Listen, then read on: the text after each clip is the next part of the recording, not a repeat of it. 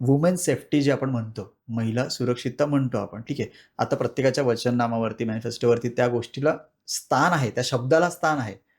पण नेमकं म्हणजे समजा पोलीस प्रोटेक्शन असेल किंवा महिलांची सुरक्षा म्हणजे काय, फक्त किंवा त्यांना टवाळखोर लोकांपासून वाचवणं हे इतकंच येतं, की त्याच्या पलीकडे पण एखादी लेडी जेव्हा घरातून बाहेर पडते स्टेशनला जाईपर्यंत, किंवा 2-3 तासासाठी जेव्हा एखादी महिला घराच्या बाहेर जाते आपल्या कामासाठी, बँकेचं काम असेल, तिच्या आजूबाजूला सुरक्षितता म्हणजे आणखी काय काय गोष्टी लागतात की ज्या होणं गरजेचं आहे?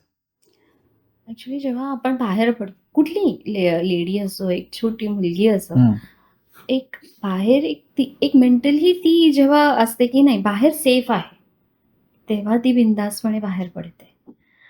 आणि फक्त काही झाल्यावर पोलीस येणार एक्झॅक्टली. ह्या गोष्टी नाही, तर आपला प्रभाग या पूर्ण शहरात अशा बोलतात ना सेफ्टी मेजर्स मला तर असं वाटतं की प्रत्येक प्रभागात अशी लोक अपॉइंट केली पाहिजेत, ज्यांचं पूर्णपणे ह्या गोष्टींकडे ह्याच गोष्टींकडे केंद्रित असलं पाहिजे सगळं.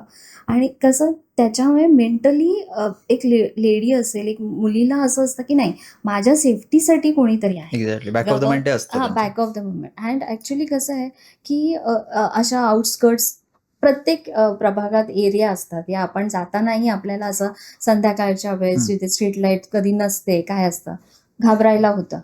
तेव्हाही मुलींना, या लेडीजला घाबरायला नाही झालं पाहिजे, बिकॉज शी शुड नो की तिथला कोणीतरी बघतंय, आहे तिच्या बरोबर.